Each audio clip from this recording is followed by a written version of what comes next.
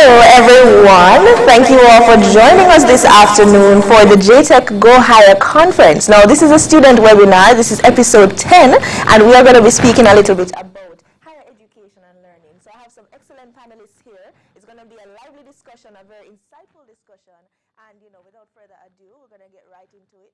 My name is Brittany Clark, and I'll be your hostess with the mostest, your master of ceremonies for the proceedings. And we're just going to have a fun chat, a good chat. So I just want to welcome everyone and thank you all for joining us this afternoon.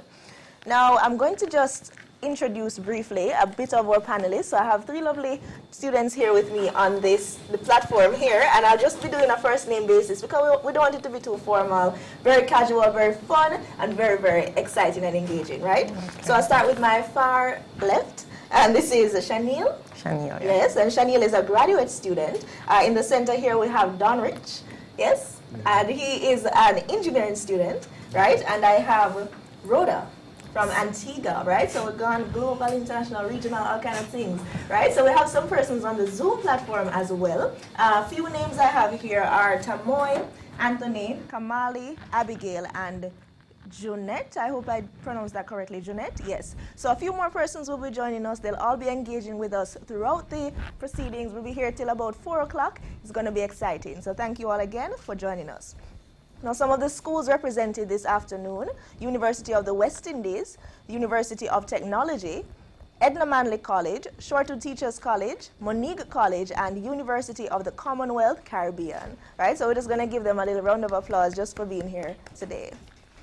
Yes, man, and if you're in the virtual space, give them a virtual round of applause as well.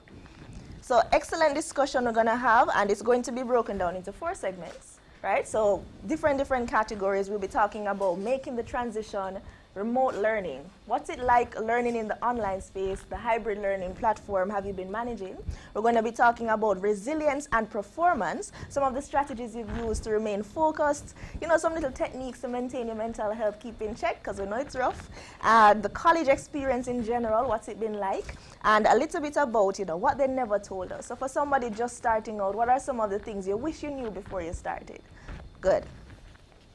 Now, feel free to leave any questions you may have. Follow our social media platforms as J-TEC, as well as just drop some comments in the chat. We have some persons who will be feeding your questions right throughout, and it will be engaging.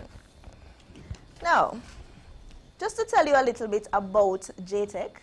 So the Jamaica Tertiary Education Commission is an agency of the Ministry of Education, Youth and Information.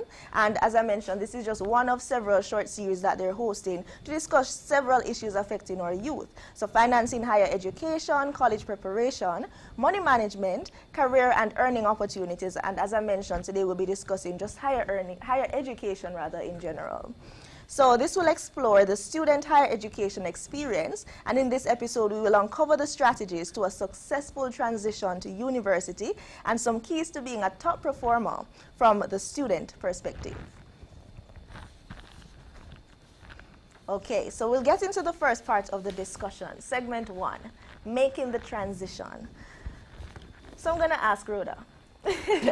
Well, first I want to know, being from Antigua, what's it been like being in Jamaica? You study in Jamaica, yes? So what's it been like being in Jamaica, and how have you just adjusted to the culture and the climate in general?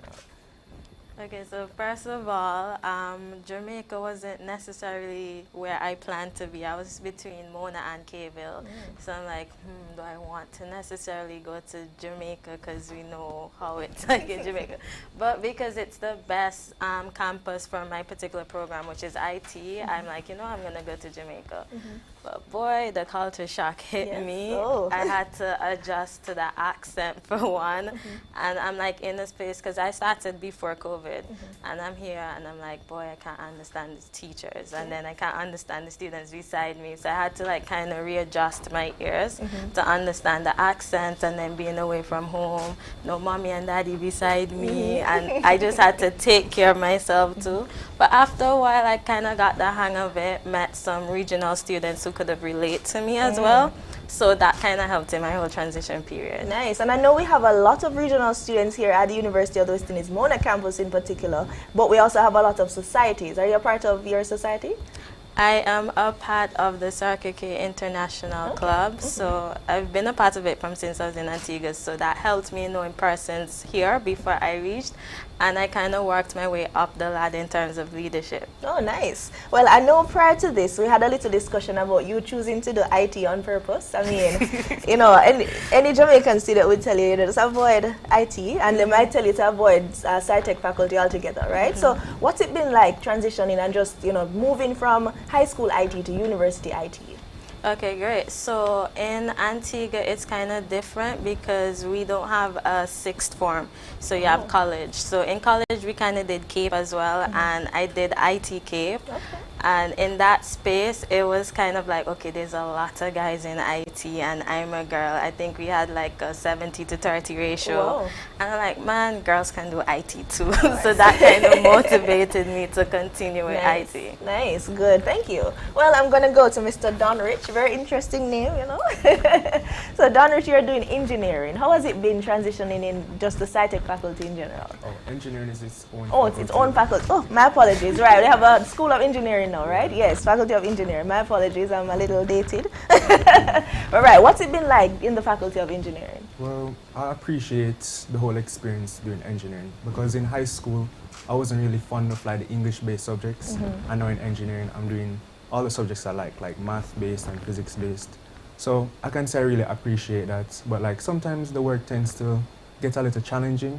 So like we form our groups and then like we work together, share our knowledge, like teamwork. Yes. Very important. So I like the experience and I think I'm navigating through like well. Okay, so engineering for me, I think of it as a hands-on subject, right? Definitely. How does the hands-on part of it work with the digital learning? Well, in first year, it was solely like Zoom platform, but in second year, like now, like the COVID restrictions are more like freed up. We have in-person labs. We have to go in the lab, I think like every Friday to do. Yeah. So even during COVID, you had to be coming in to do labs? No, this is second year. Second year, yeah. Okay. Yeah. Okay, good. All right, so I'm going to go over to Shanil now. And you're a graduate student. I am. Yes, so big levels now, you know, guys. We're not just staying local or nothing like that, you know. So graduate studies, what is it like? I mean, I think you have a little more flexibility as it relates to your schedule, but what is it like for you as a graduate student now? It's not what I expected. Yes? Not in the slightest. So is that good or bad? It's a little bit of both. Okay. So, you know, finishing undergrad and moving to my master's, I thought I was going to kill this because I killed the undergrad. Yes. But the master's humbles you. You know, you realize you're really not that good. So I think that's possibly a realization I needed. Yes. You know, the writing is different. The kind of presentations you have to make is different. And I think that kind of jump is preparing you for the world that you're going into as a master's student. So, nice. Very different experience. I'd recommend anybody take it on, but wow, it's different. It's different. Never expected that in the least. Yes, and you jumped right from undergrad to my master's. So would you say that's a good decision, or would you ask persons to wait a little? What would you, you know, off your head, what kind of advice would you give? It's dependent on who you are and what you hope to pursue. So I absolutely love academia and I see myself in academia. So of course, jumping to a master's and jumping to my PhD is a path for me. For you, but of course, if you want to actually be in the field and working in the field, I think you should take some time off, you know? If you've done a degree in, let's say, IT, I don't think it's best to go on to your master's, but more so to be in the field and actually, you know, working in an environment where you're working with server rooms and computers, so you know what you want to do and know what you want to specialize in your master. So it really depends on who you are and what you want to do. And if your field is more theory-based versus one that's hands-on, like what both of them do. Okay, thank you. So I'm going to jump over to my Zoom platform. We have some guests here on Zoom, and I'm just going to pick a name. Tamoy. So you can turn on your camera so I can see your lovely face.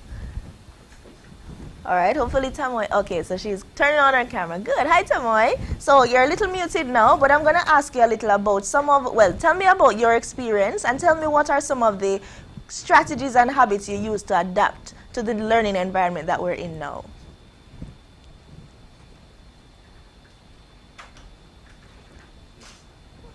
Oh. All right, give me 1 sec, Tamoy. I'm not hearing you so clearly as yet. All right, continue.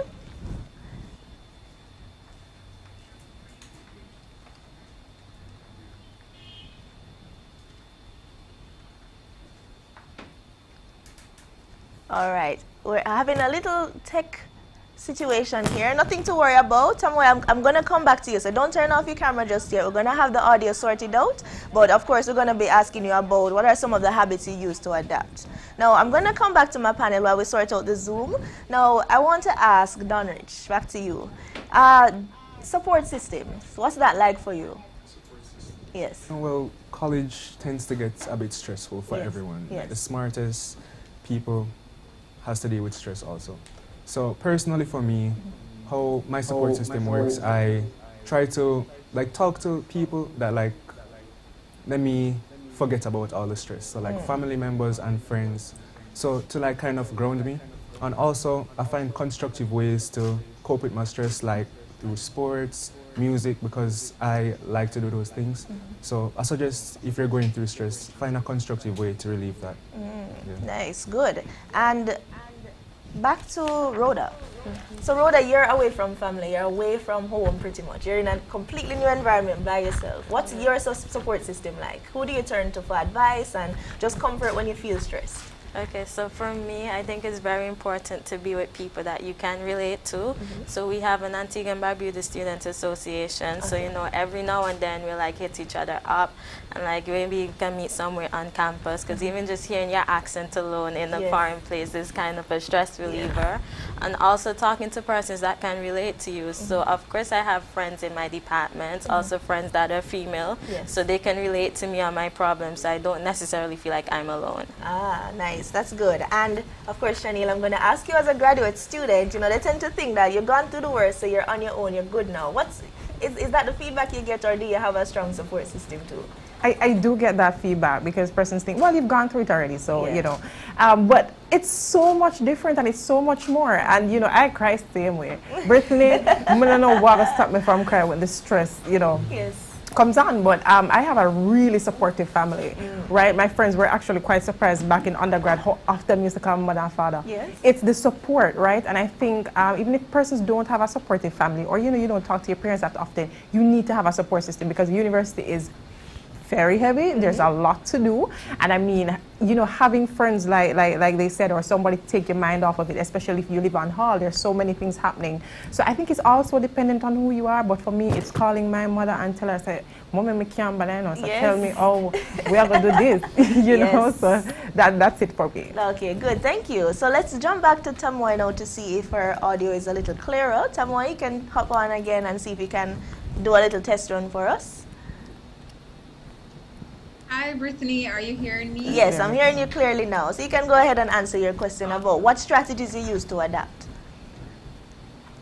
Well, I definitely started to use a lot more productivity tools and apps. I found that to be very helpful. I didn't do anything major, but I was a little more intentional with my time. I kind of did a lot more journaling and writing, and I also tried to ensure that even though it's online, that we're doing school, I made myself a little bit more known. I put myself out there a little bit more to meet new friends, joined a lot more clubs and societies. I just attended the virtual activities, and I found that to be very helpful. One, I was able to balance a social life and at the same time still be productive. So I didn't do anything magical or major like perhaps other persons, but it was just simple things. It was a little more organized. I wrote down my appointments or the things I had to do. I scheduled a lot better. Some productivity apps and tools were very helpful, and I just kind of reached out to a lot more friends and joined more clubs and societies or organizations, even though we were meeting online. So that was really my strategy and the habits that I employed to really move forward during this online space. Nice, thank you. So let me go to Jeanette. See if Jeanette is there. You know, I feel like a teacher in the class and the students quiet and they just pick on somebody. That's me. So let's see if Jeanette is here.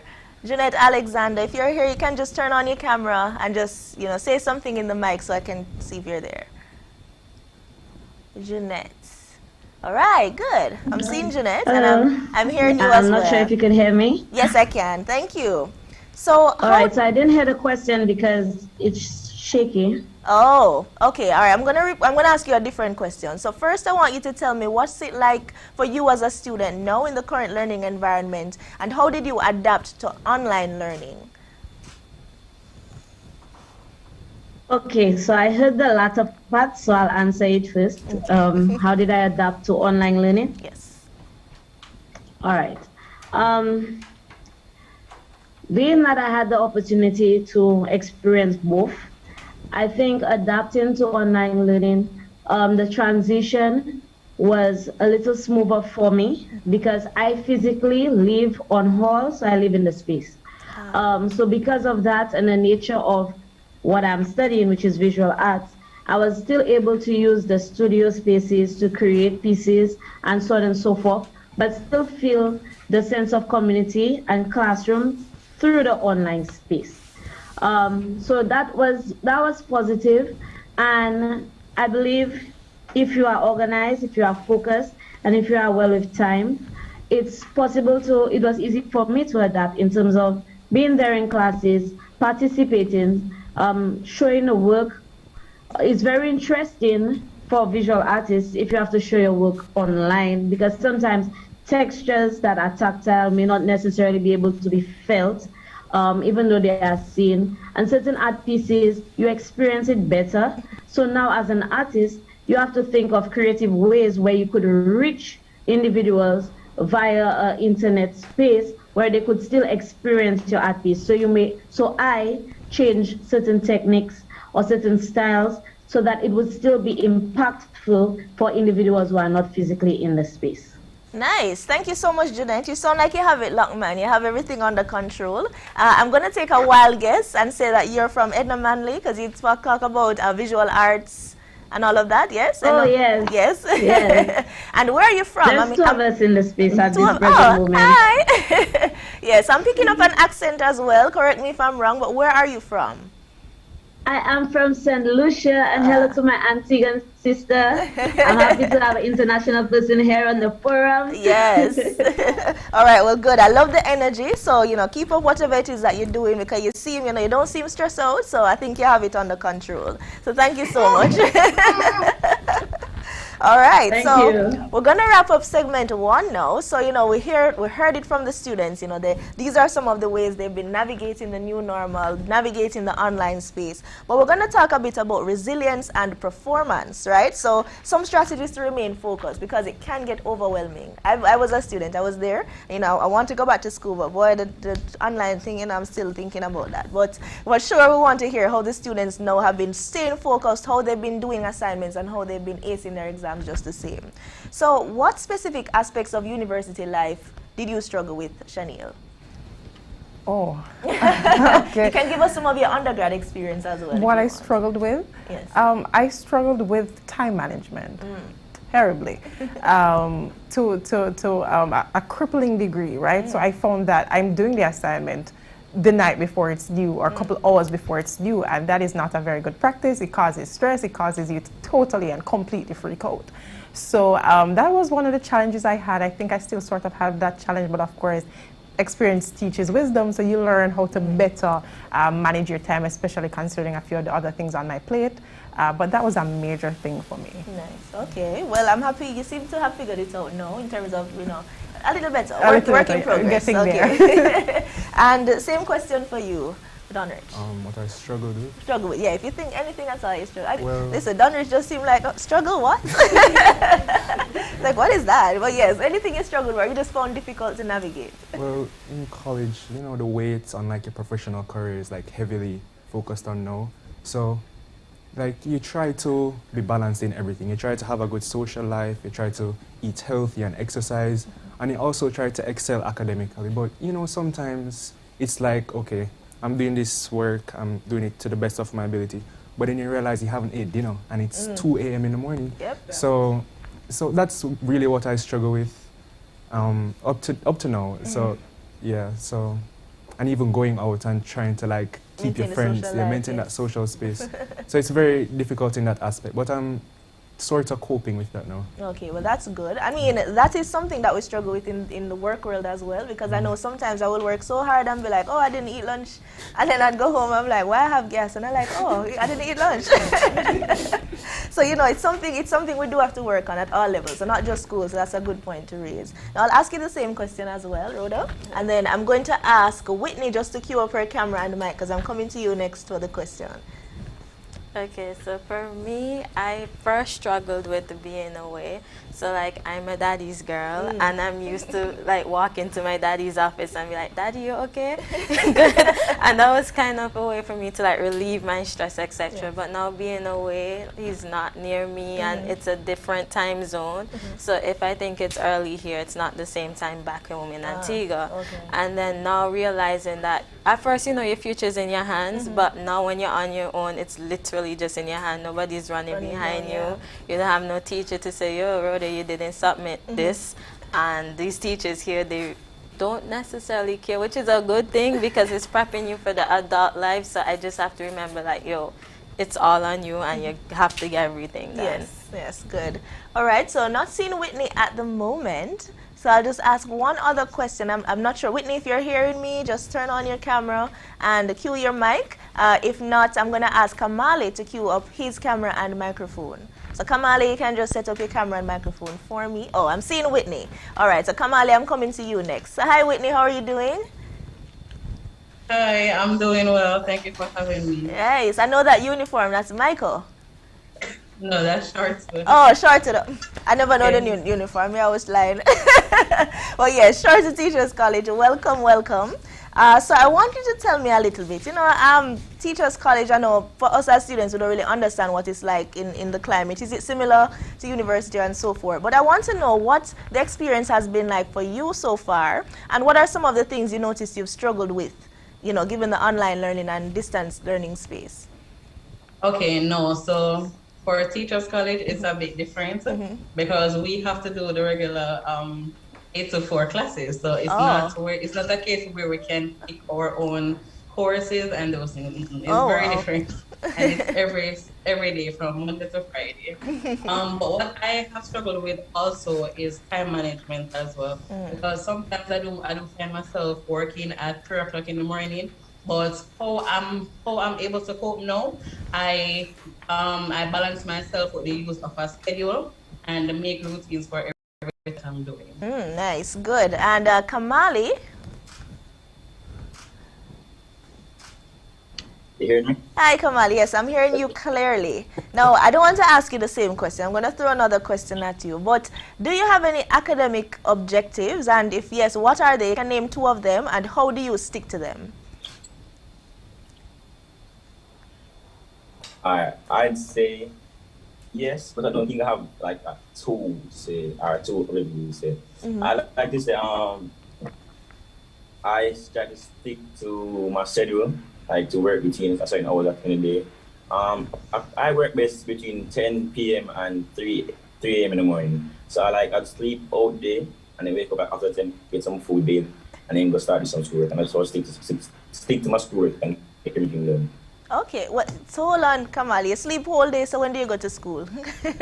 No, I go to school in the days, but like in the early morning, I sleep like after 10. Okay. Yeah. Okay, well that's interesting. Yeah, that's an interesting strategy. Okay, well at least you figured out what time of day you work the best, so you made it work for you. That's good. Now, still on you, Kamali, because you know we're just hearing your voice. But do you have any tips or tricks or strategies for persons, you know, to just do well on their exams? I'd say to make sure you set time to study, because if it's the last minute thing, possibly or probably not going to work. Honestly, in my perspective or my view, it's not going to work. So you should always put like a 2 to 3 week time to study for a test and not swat, because swatting is not going to make you remember anything. You study for a test and yeah, study test and pass and thing. Okay, good. So set your timetable, study, make time to study. That's good. So Kamali, tell me what it is that you're doing and where you're from, which school? Oh, I'm from J-TEC and I'm studying mathematics and education. Mathematics and education. It's not teaching. It's so weird, but not weird, but for me in my years of doing mathematics, I haven't found someone my age doing this course. So like, you know, say 21 go up. I did this course. When I was in our first year, I think we took when I was 17 actually. And I was probably in my class. In all my classes, honestly. And it was kind of troubling to get to cope or adapt to university level. Okay, well that's interesting because I mean, for some persons like myself who are not really so fond of math, we tend to kind of want to leave math in high school, right? And pretty much at the C-SEC level. So you've gone on to university to do mathematics. Why? Honestly, from high school, I have a love for math. And I have a love for teaching too, because in high school, I used to help my students, my classmates actually. I helped my teacher teach the class actually to make sure that we all get the passing grade and understand the subject that we teach. So yeah, I had a love for it, and I said, you know what, might as well make a career with it. It's All right, thank you. Well, keep up the good work. You sound like you have it locked. You love what you're doing. That's good. I hear the passion in your voice. So thank you, Kamali, for joining us. And, you know, we're going to be hearing from you throughout. Now, coming back to this panel. So we heard some of Kamali's tips for, you know, preparing for exams and assignments. But I want to hear from the graduate perspective, right? You said it's completely different from undergrad, right? I'm a little nervous now because I'm thinking, how different? But, you know, we want to know, what is it like? So we know for undergrad, we tend to know in advance when we have exams and all of that. What's it like for graduate students? All right, so this is my first semester as a grad student, so so I haven't gone into my exams yet. Yes. But you still do know, because, you know, they can pop an exam on you. You still do know, and I have few exams in person, so, you know, I had to transition from in-person exams to online exams and now back to in-person exams. But it really isn't much different in terms of how you prepare for an exam, and it's not much different in terms of when you know you have an exam, because there's a timetable sent, you're still able to talk to your lecturers, and you're still able to request for a date change if, let's say, the exam doesn't it coincides with something else, right? So there's a sort of a clash. So it's not much different if you manage to prepare in undergrad, and, you know, you keep your head on your body and you don't completely freak out with the amount of stress and the sheer amount of work you have to do, you'll be fine. You'll be Or I fine. hope you'll be fine. Okay, some words of encouragement there. She hopes you'll be fine, I promise. All right, so that's it for talking about resilience and performance. So for the most part, we heard that, you know, you should prepare for your exams, try not to procrastinate. Time management is a major problem. And I know for myself, I mean, I mastered time management from high school because my mom is somebody who is always on the go. So I was somebody who learned to be on the go while managing and understanding the schedule. But for persons who may struggle, there are lots of different techniques you can try. Scheduling, I heard Tamoy talk about productivity apps. So, you know, use your timetables, use up your calendars, use up your notes, set your reminders, and write things down. Those are some very helpful tips that I use to help to master my time management skills, rather, right? So different ways you can do it. You know, set a study timetable. Everybody works differently, so don't think that you can probably share with your friend and work on their timetable, because sometimes you're a morning person, your friend is a night person. You cannot pull the all-nighters. I could never pull an all-nighter. Not sure if anybody else could, but I could never do an all-nighter because I just was not that kind of person, right? So understand yourself, know what it is that you're good at, know your strengths and weaknesses, and that will help you through the way. So that's it for resilience and performance.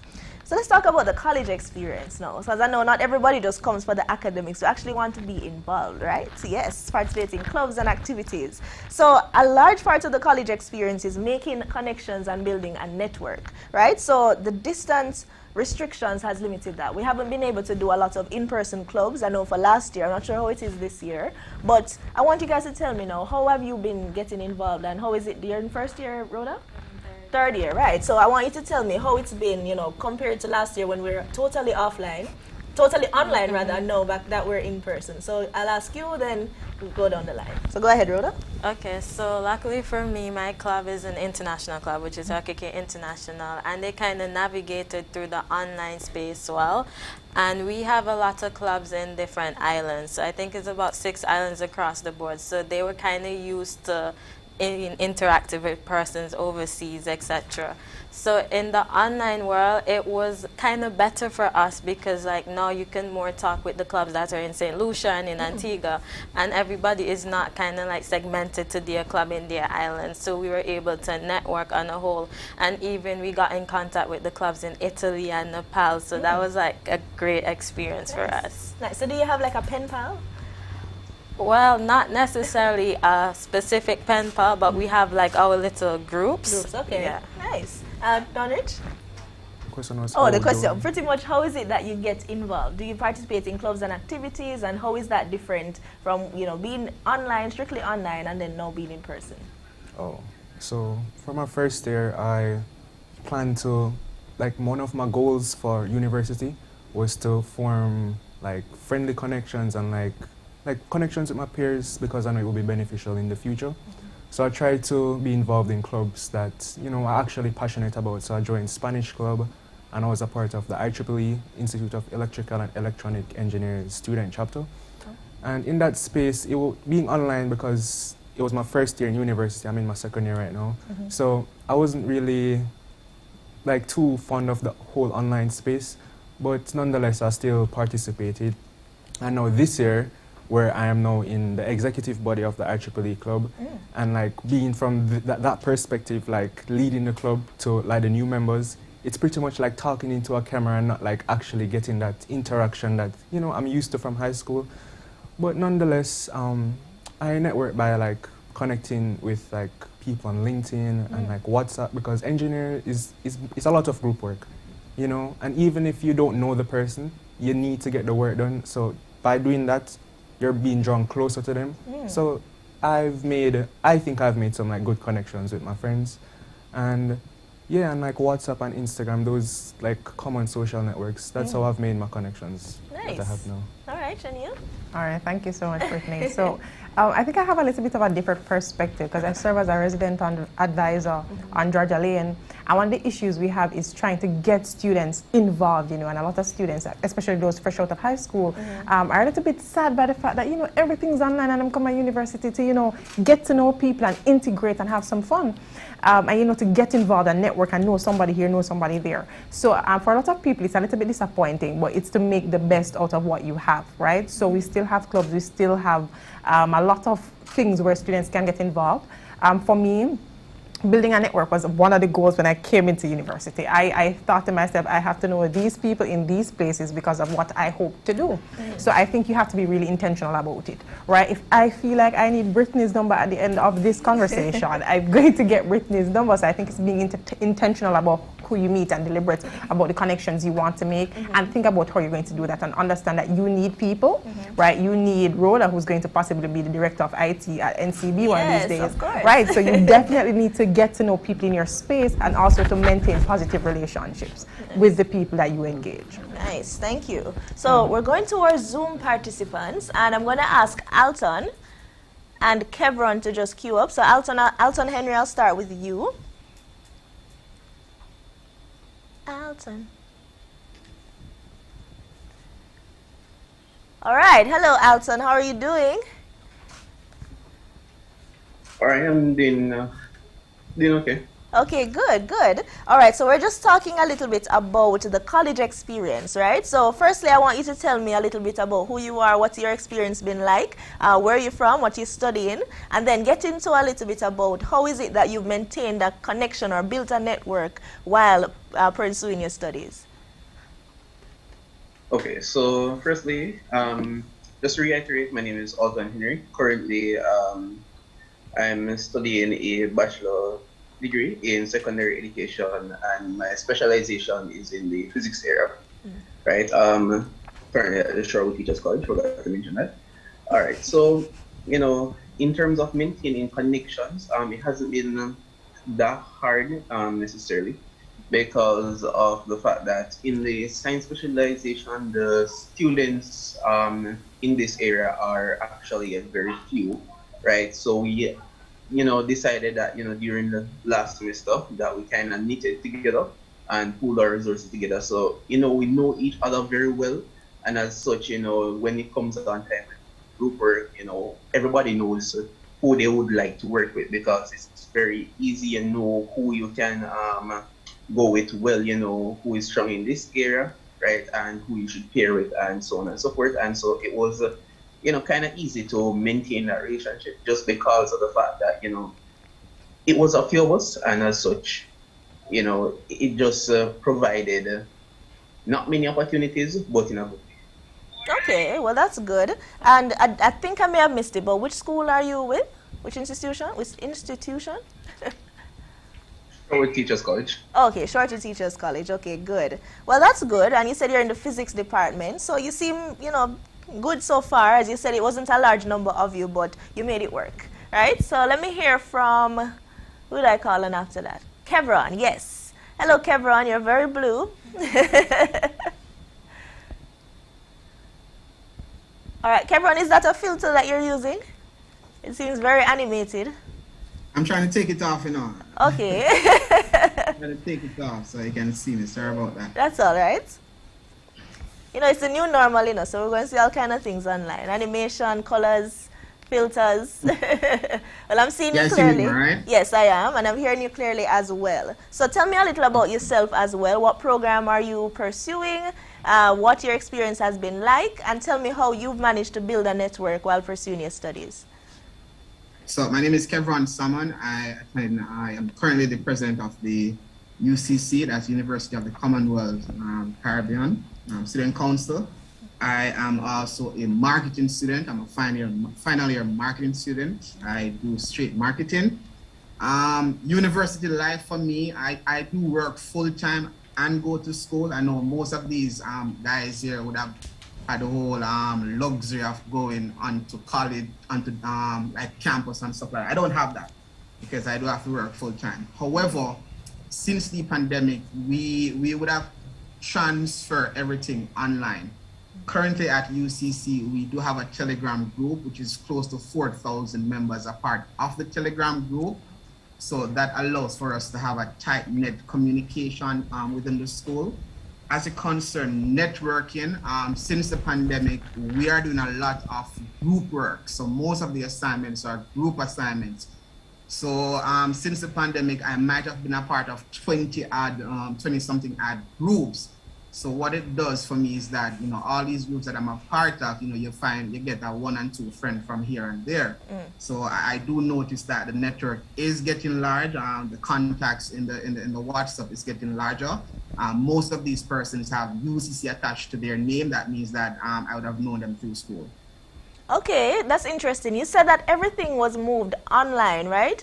So everything is online. You work full time, but you still have group assignments. Like, how do you make time for all of that? All right, I do have a timetable. When I was making the timetable, I was asked, why am I making a timetable? Why don't I just go to school? But I'm not disciplined where time is concerned, and I felt that, you know, getting a timetable would have been the easiest way for me to do so. So how my timetable is structured is that between 8 and 5, I do have work, and between, you know, 5 to about 6, 7, I have assignment times. And then within the evenings, I have my Zoom sessions and stuff like that. So I do have a timetable. I do not stick to the timetable very often. I mostly stick to it closer to the beginning of each semester. That's leading up to mid-semester assessments. Afterwards, I normally deviate from it, but it does allow me to get up to date as a concern preparing for mid-semester exam, because most of the courses and exam is only for mid-semester, whereas at the end, for an end of semester assessment, we might do a project or a group work. So as a concern, managing, that is what I've actually taken. Okay, and one more thing. You also said you're a student leader, right? You're the president of the Students' Council, that's right? That's correct, yes. Right. So how do you make time for leadership? Because you have a timetable for school, you have one for work. So how the leadership part come in now?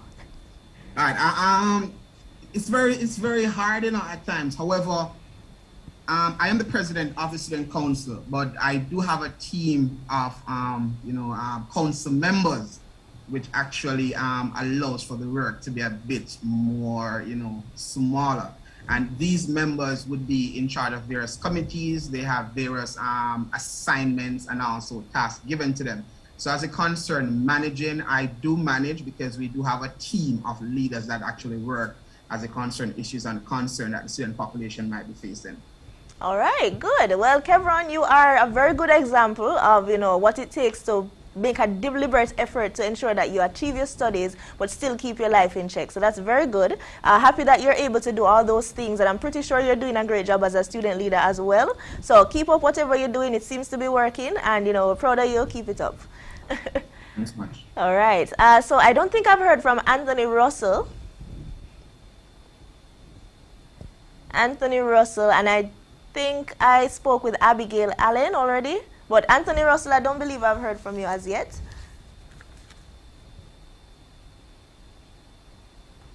Hello, everyone. Hi, Anthony. How are you? I'm okay. I'm doing fine. Good. Tell me a little about yourself. Where are you from and what are you studying? Well, I'm from St. Catherine, and I'm currently a final year student at the Money College, where I'm studying a bachelor's in education, primary education. Primary education. Okay. I'm not. Have you done teaching practice as yet? Well, I'm currently on my teaching practice. On your teaching practice, no. Have you noticed Yes. any challenges, with the students that you're interacting with as it relates to the online learning? Well, there are a number of challenges, to be honest, Yes. especially since I'm a mathematics and science teacher. So these two subjects, they require a lot of hands-on time with students. And the fact that most students are not engaged in on the different online platforms, whether it be an issue of no devices or no connectivity.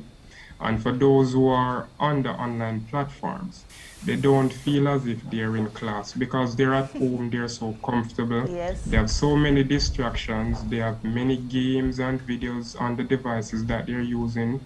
So it requires you to utilize more strategies and techniques to get them to be engaged in class. And mathematics and science are core subjects. So it is very difficult teaching those two subjects. Oh, well, I understand that challenge for sure. But do you have any special techniques? Because I know we saw some videos with some persons making songs and some doing all kind of things. So do you have anything interesting that you do that you'd like to share with us today? Well, nothing out of the norm. My students are competitive, so I let them play a lot of games. We're now in a technological age, so students play games like Roblox and Minecraft. I also know about those games, so what I do from time to time, depending on the concept that I'm teaching. So if I'm teaching measurement, I would download Minecraft on my laptop, and I would share my screen. I would play for a few minutes with them to let them know about certain concept or the environment. So right now for this term, we're looking at the environment. And Minecraft, it utilizes a lot of real-life physics. So I would use that to teach them a number of concepts. I would also ask them to make TikTok videos on how they would encourage someone to know about a certain concept. Particularly when I was doing climate change, there was a week in which I was teaching them strategies or ways in which we can reduce climate change. So they had to make TikTok videos to encourage people in making the necessary steps in reducing climate change. Nice, very So creative. it's a lot of fun. Nice, I love that. Well, we hear all the platforms coming out. So, I heard a little bit of Telegram, I heard TikTok, I heard WhatsApp, YouTube, everything coming out of that. So, Abigail, I'm coming to you now. Abigail Allen. Good afternoon. Hi, Abigail, good afternoon. You sound Hi. bright and chirpy, love it. Tell me a little about yourself. Where are you from? What are you studying? Okay, my name is Abigail Allen. I'm pursuing a Bachelor's of Arts degree in Language Communication and Linguistics with a minor in journalism. Nice. Which institution you represent? The University of the West Indies. Of the Mona West campus. Indies. Nice. Love it. Whoop, whoop, big up UE. All right. So I know you've been listening in keenly. You've heard a lot of the discussion. But I want to know how it is that you build your network. Because, communications, journalism, you need the network, you need the links and the sources, right? Yes. So tell me a little about how you go about building your network, especially given the restrictions. And then tell me about some of the digital platforms that you utilize to do that. Okay, thank you. I came to UE with the intention of networking and building social bonds. I started in my first year of pursuing my Bachelor's of Arts degree. My sister, who's also a panelist, was heading into her master's degree. So I had her experiences to rely on. And one thing she continued to stress was that I needed to network. So I joined the clubs and I joined the societies that not only aided in my academic pursuits, but also gave me the opportunity to speak and interact with not only students, but also professionals within my field of study. The platforms that we use, there's Zoom. The majority of my club meetings have been on Zoom or Google Meets.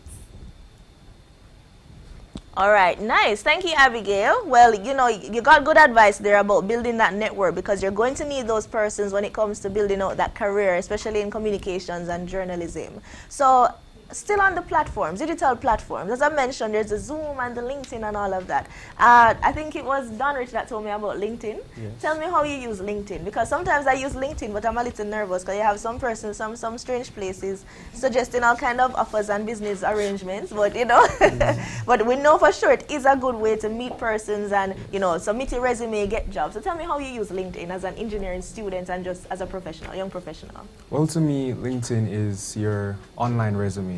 So I try to keep it up to date in terms of my qualifications. So if I was on a new project, straight to LinkedIn. Leadership roles, I put it on LinkedIn. And how I network on LinkedIn, because engineering, you do a lot of projects and you meet a lot of people, like even professional lectures, you know, you can have little one-on-one conversations and express, you know, your passion and your pursuits. So I would search them up on LinkedIn and add them. And even people would search me up and add me also. And I'll also see a lot of like professionals, like I say, somebody who worked at University of the West Indies view their profile. Yes. Or a company that I'm even interested in view my profile. So I think LinkedIn is very beneficial. Yes, good. All right, does anybody use Facebook? Okay, so everybody gave me that look like, what is that? But guys, Facebook is actually a very good platform to utilize. For persons who are into business arrangements and corporate Jamaica, they still use Facebook. So, you know, it's a very good area to network in. So I encourage you to at least do not deactivate your Facebook account. You know, you may need it one day. But Instagram, what about Instagram? Yes, so I'll go to you. Rhoda. Sorry about that, guys. So many names. I'll go to you, Rhoda. Tell me a little bit about how you use Instagram to network and just, you know, how you use it in general. Okay, so before time, my Instagram used to be private. Okay. Because like, so only my friends are there. But then when I joined the UWI Guild, and I was like kind of forced into being more of an open person, and I have to be a lot more interactive. I'm on the hall quarters and a deputy hall chair, so I definitely need to be able to talk to persons. And Instagram is like the easiest way to find somebody and just DM them and chat with them. So there's where I use mostly to even interact with the persons on hall, because I mean, my name, Rhoda, is, and you can just find me, and it's easy to talk to persons without necessarily exposing your private information. So like, example, your number, you kind of want to keep that to yourself. So that's how I mostly utilize Instagram. Nice. Okay, well, I'm going to go to Shanil now and talk about YouTube University. Have you ever been a student? Yes, I've been a student. And I think, you know, and I heard a lot of people with the sciences, physics, engineering, IT, and I know they've been on YouTube University.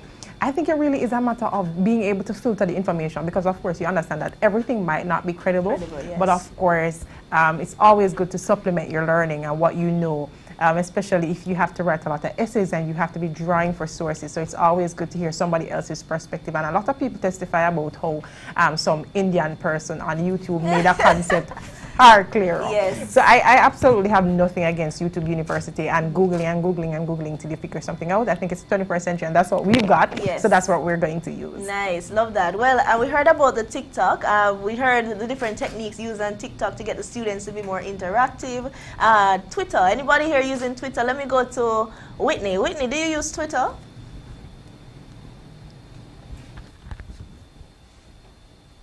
No, I don't. You don't use Twitter? What do you use, Whitney? WhatsApp? Instagram. Instagram. Okay, tell me how you use Instagram. Oh, Whitney disappeared. Whitney? Whitney, I'd like to know how you use Instagram, just for your personal life or in general. If you use it, do you use it to teach or in class? Okay, can you hear me now? Yes, I can hear you now. Oh no, I use Instagram mainly to look for scholarships. Okay. Oh, that's interesting. It. You know, scholarships and personal life. I'm gonna ask you about that, you know, because you know that hit me. Looking for scholarships on Instagram. How do you do that? Okay, I try to follow every platform that are offering scholarships. So I follow them, and when they normally post, you will get to see the different scholarships that they have and to know if they fit your category so you can apply it. That's how I use it. Nice. Well, that's a new technique, and I'd encourage everybody to take that approach as well. So Whitney, you taught us something today. You can actually, follow pages that offer scholarships and, put yourself out there, follow them, learn about it, and apply. So that's a very good strategy. So, love that. And I know you have your little personal life going on there for you as well. Kevron.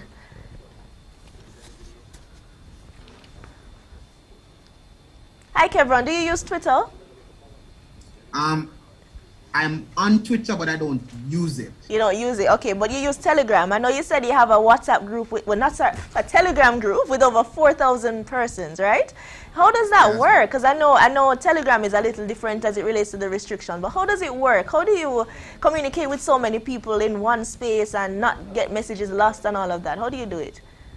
All right, so that's a good question. All right, so within the Telegram group, we encourage the student population, if it's a case where you have a particular issue, queries, or concern that, it needs urgent attention, that they just pretty much attach or tag one of the student council members to that message. Once that is tagged, as soon as you go on to Telegram, once your name is tagged, then automatically you're going to see that special tag, so you know that is something urgent. Ah, that's a good way, good way. So Telegram doesn't have the restrictions like WhatsApp with just 256. So you can have a lot of persons in one group at any one time. So that's good. And the use of the hashtags and the tags, as you said, that's a good way to, interact and have a lot of persons in one space getting the information. So that's very good, Kevron. Tamoy.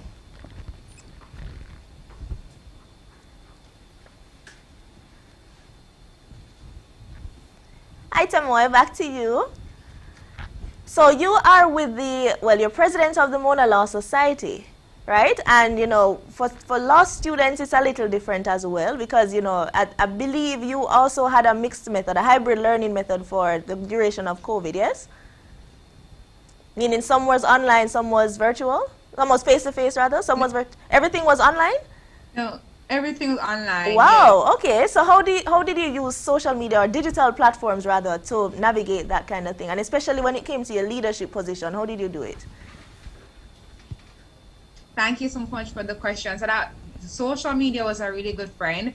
As president of the Mona Law Society and serving on the Guild as a faculty law representative, whenever we had issues regarding any advocacy on matters such as our tuition increase or any other pertinent issues, Twitter was very helpful in spreading the word. So it was really great for me to post a tweet or have the Mona Law Society tweet updates as this is what we're going to do. This is the result of our advocacy efforts. It was a really great way to reach many persons online so that persons could see what we've been doing and see the updates that come from it. It's also a really great way for partnerships and connections. So we'd perhaps reach out to different associations if we wanted help or to invite them for an activity. And in some social media like Twitter and Instagram is just a great way for us not just to boost our advocacy efforts, but the activities that the Mona Law Society puts on has to be advertised somewhere. So we even had the launch of a MLS pen pal. That is where we linked with students in K-Field on the K-Field campus and St. Augustine.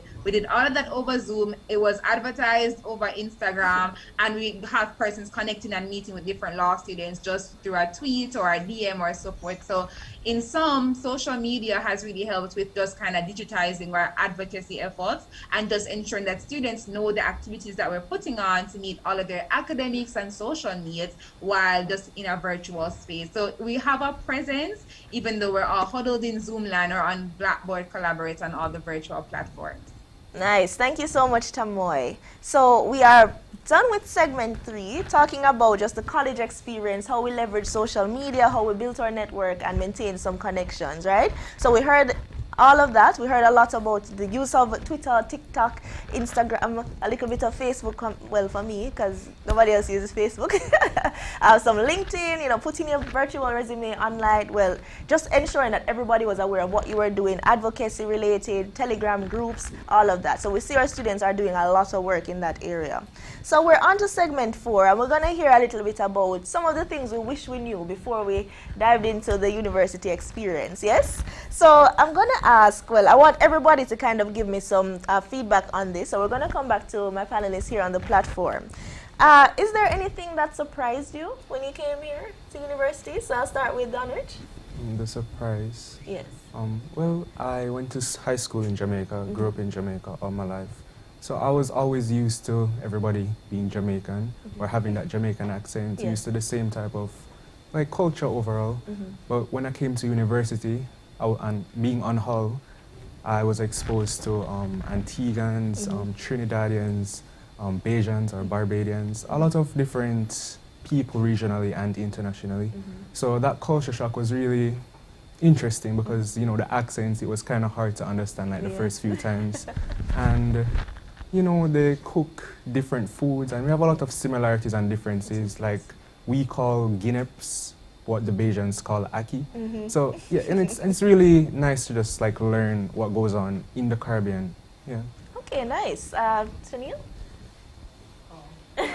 What I wish I knew, Yes. or what was a surprise when I got yes. here. Wow. So I when I left high school, I went to Glenmuir. So when I left high school, I really wanted to do economics, but I opted not to do it because when I came to university, coming into university, I was often told that, you know, nobody cares. No lecturers care. So, I mean, in high school, when I didn't understand the concept, but I remember going to my teacher and said, Miss, could you explain this again? Yes. But then I was told that in university, nobody cares. So when I got to university, I expected my lecturers to be far more abrasive and for them not to, you know, be willing to offer the extra help. And that was actually quite surprising. They were willing. They had office hours. They want you to come at the office hours. Yes. You understand? They're asking, how come students aren't coming? Are you having any issues? Your tutors are really interested. Yes. And so in my experience, I've never had a lecturer who just really doesn't care. Of course, I hear the sentiment and rhetoric all the time, but I've never had the experience, and it was quite a shock for me because we're told all the time, lecture, nobody not run after you, nobody cares, and you just really need to get things together. And I think that's why I didn't pursue economics, because it has so many math components, and I really absolutely hate math. Yes.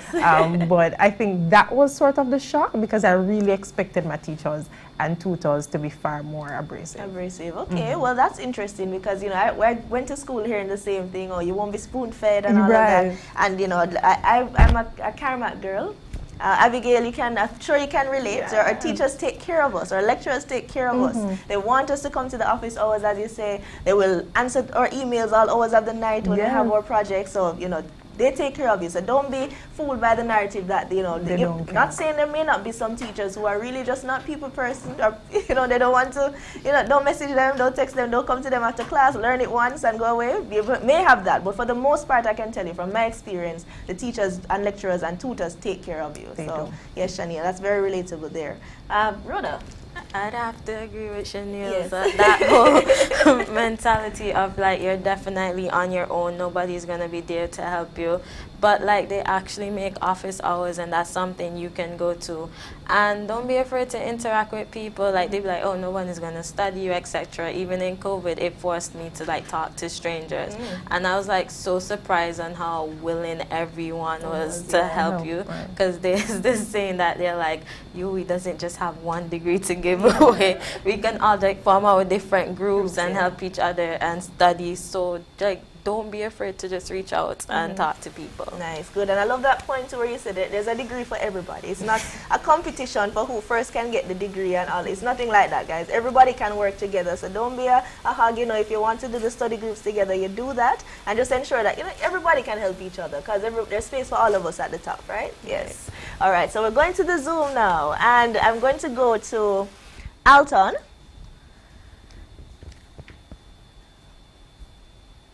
Alton Henry. So Alton, I want you to tell me what aspect of university life surprised you? All right. What aspect of university life surprised me? I would have to say that in terms of university life, it was really maybe just the transition of online school. I think that was the only part. So nothing about university itself, you know, was a surprise in the fact that I think when I was just going in, I was just going in for an expectation of a high level of difficulty, you know, so that criteria was certainly met. And so I don't think I really was surprised when, you know, that any of that, like, you know, just came along. Okay, well that's good.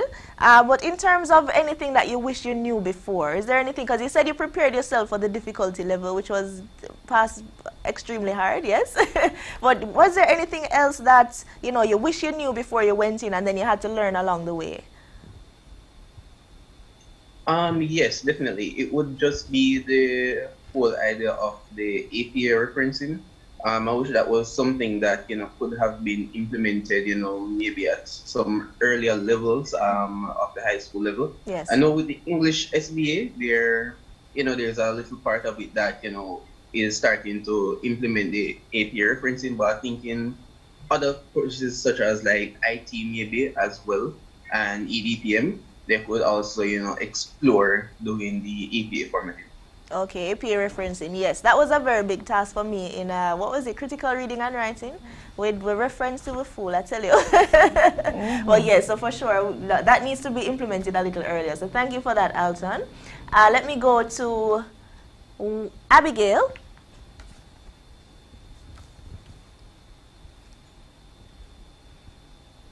Hi, Abigail. Can you tell me what aspect of university life surprised you?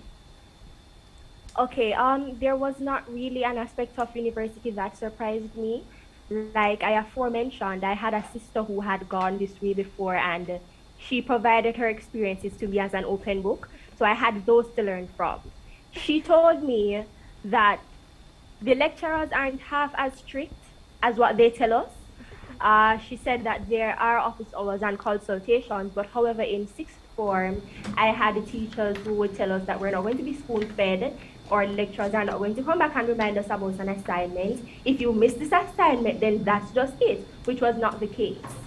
Another thing that really caught me by surprise, though, was I often heard that group work was an opportunity to make friends and to network, but I've proven that to be not so true. I'm in a group, we met last night, and it was just an argument, and everybody left the WhatsApp group, and the assignment is due tomorrow, and I don't know what we're going to do. But the fact that you're going to make friends in the groups and it's going to be smooth sailing, that's not true. I think those are the only two things about university that caught me by surprise, really. Okay, good. I love how you speak about your sister and how the sister's information sounds very familiar to somebody on my panel, but I won't give out your business since you never called the name. Well, yeah, so that's good. So, you know, you heard the advice. The teachers aren't all angry. They don't all act like monsters. That's good. And you learned about the group work. So, group work and university and friends, you know, it's a challenge, yes, it's a challenge, especially if you are somebody like myself who is very, you know, organized, and you probably have a group who probably just join the group because they know you're organized and will do the work. So, you know, you have those things. So prepare yourself for that. I'm not saying you'll get a bad group, but one advice I'd give to persons who are, you know, just to prepare yourself for group work is when you come in grade 7, associate with the people who look like they're willing to work and try to, you know, get them to join a group with you first. So that's probably the only competition I'd suggest for university. Get a good group. All right, so let me go to Kevron.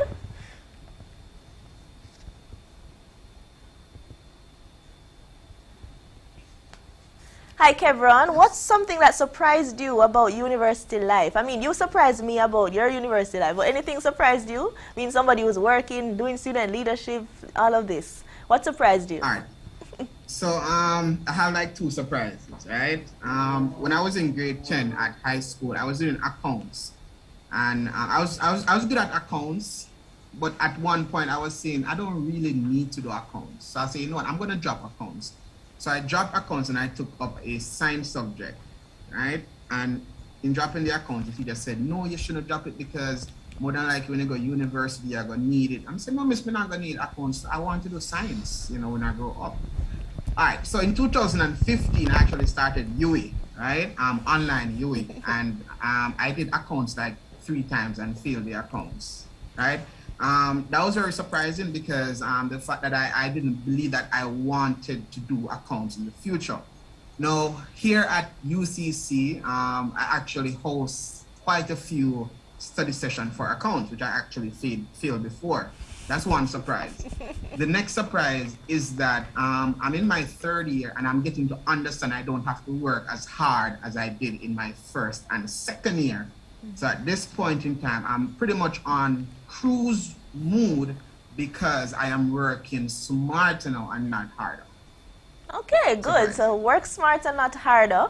And the whole account story was very interesting. So you didn't do accounts, you thought you didn't need accounts, came to university, ended up needing accounts, didn't do well in accounts, and now you're teaching accounts. That's a very interesting story, but that's very good. At least, you know, you would have worked on it and helped, and now you're helping to make others not have the same fate as you. So that's very good. Thank you, Kebron. Who have I missed? Okay, let me go to Anthony.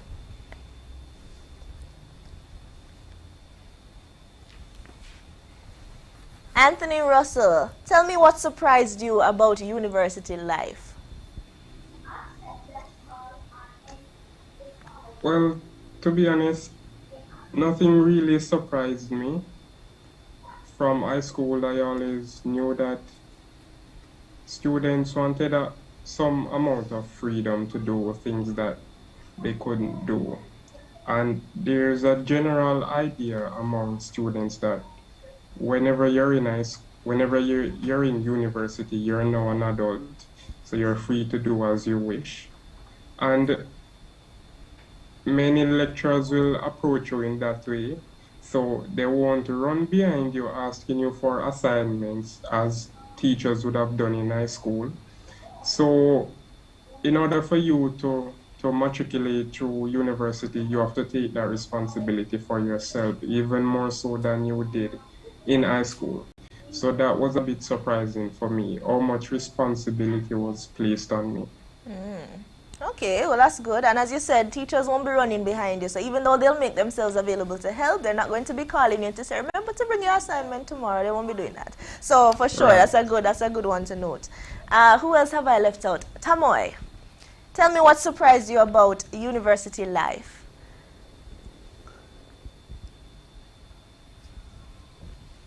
Well, for me, I think when I came to university, we were often told that lecturers and tutors, they don't care. You know, they are getting their pay and everything. So it's just every man for himself. When I came, and especially at the Faculty of Law, that was not the case. I've had some of the most caring and amazing lecturers and tutors. I mean, people who would check up on you, ask if you're okay, personal issues, they can talk to them, and just really good academic guidance. Lecturers who will give you a little extensions if you're having difficulties.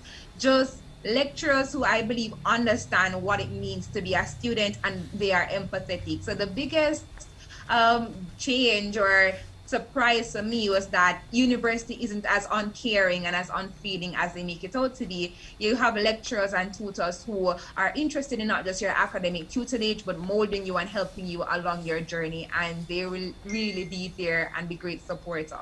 Also, I do law, and I was always thought it was hard. Just being here, it's just 10 times harder. So it's just so much pressure and so much stress. So that is just the biggest thing for me. It's just a lot, and it's just like 10 times magnified on steroids. But other than that, I think the experience has been going great so far. Okay, good, Tamoy. And I'm going to wrap up this part with Whitney.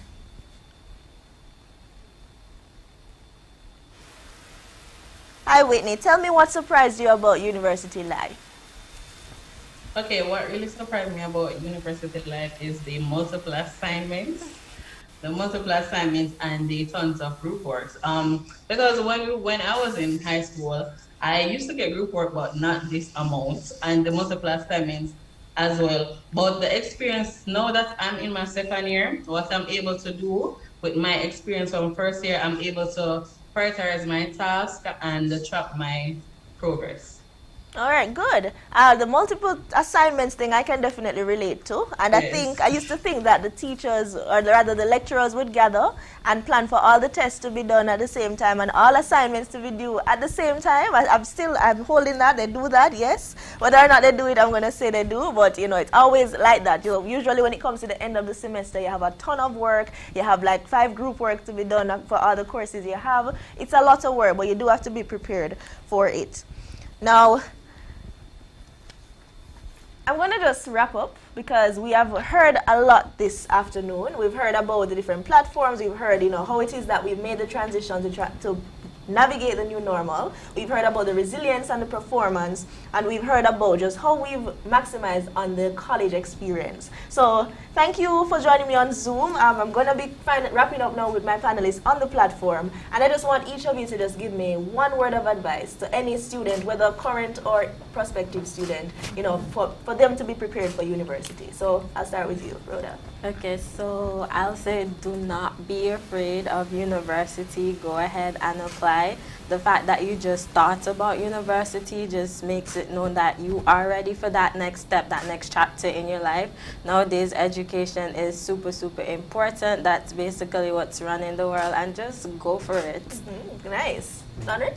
I want to say that your net worth is your network. So when you're going to university, interact with everybody, because in the working world, these same people are probably your business associates. And also, like as Rhoda said before, it's not one degree. Like everybody can get that degree. So work together, don't be selfish. If you know something, help somebody out, because you know, you're not going to know everything down the line. So you probably need help from that same person. So be open to everybody. Nice. And Shaniel? All right, thank you so much. Darn sort of stole my point. But like I tell my sister all the time, network and get involved. There's so much to do in any university space, any campus, any university you go to. There really is so much to do. So be a part of something, you know, get to know somebody, be a part of a group. You never know when you'll need somebody to write a reference for you or when you need that group.